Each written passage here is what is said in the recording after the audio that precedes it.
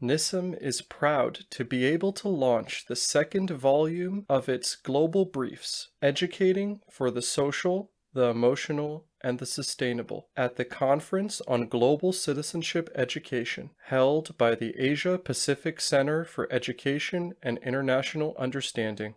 The title of this open access volume reflects the theme of the conference, Pedagogy, Practice, and Materials. With 11 contributions and 28 authors, the volume makes an important contribution to the themes of global citizenship, social and emotional learning, pedagogy, and textbooks. We asked some of the authors to say a few words.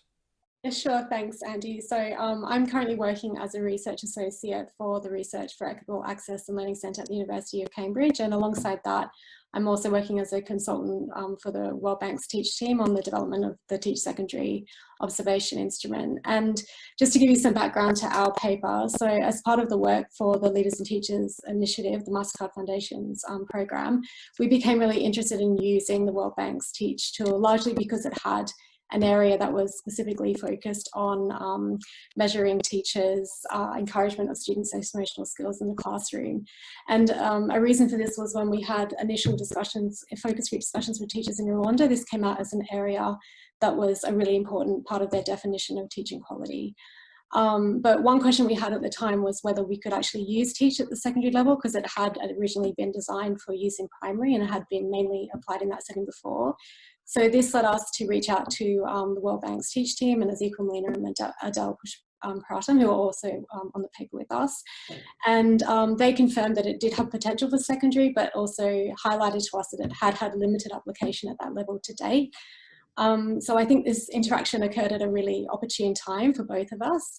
And so the World Bank were interested in revising it for secondary, and we were also interested in using it for our project. So this led to a close collaboration, and we've been working since this time on developing the tool for secondary, and a big focus of that work has been improving the relevance of the socio-emotional skills area to secondary teaching and learning. My name is Kwame Akyeampong. I'm a professor of international education and development at the Open University. Our paper really emerged from something we hadn't actually planned to look at.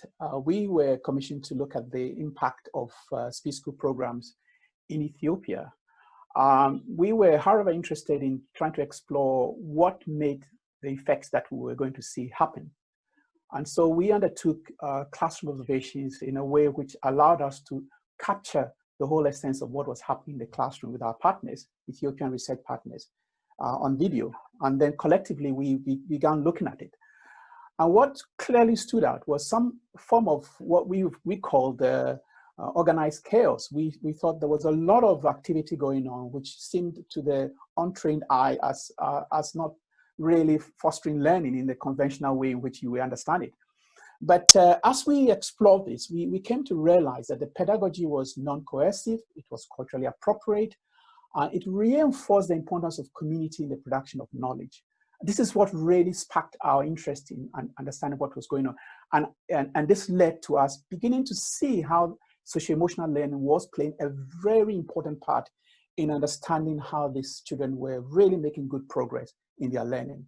And so we feel that this was a real opportunity for us to really get into this area. And this led to us trying to present this in the paper that we wrote. Thank you. Thank you, Andy. Yeah, I'm Suzana Brinkmann. I've been living the last 12 years in Delhi, India, working with consulting to the Indian government and to UNICEF of trying to figure out why our classrooms in India struggling to shift. And not only child-centered education, but also more inclusive education, and a lot of the things that this NISSEM has been talking about, of more social and emotional skills.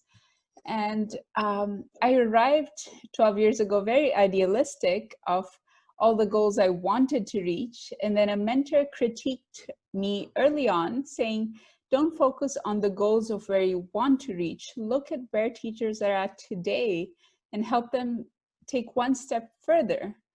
and help them build on what they're already doing. And that's one thing I really liked about the issue, is that it's actually looking at what is already working on the ground in all these different countries, regions of the world. And let's start with that and build on that, on what teachers are already doing. So I think that's a very helpful perspective that this issue is taken. And I think it can be very useful to educators around the world that are trying to build and move towards these goals.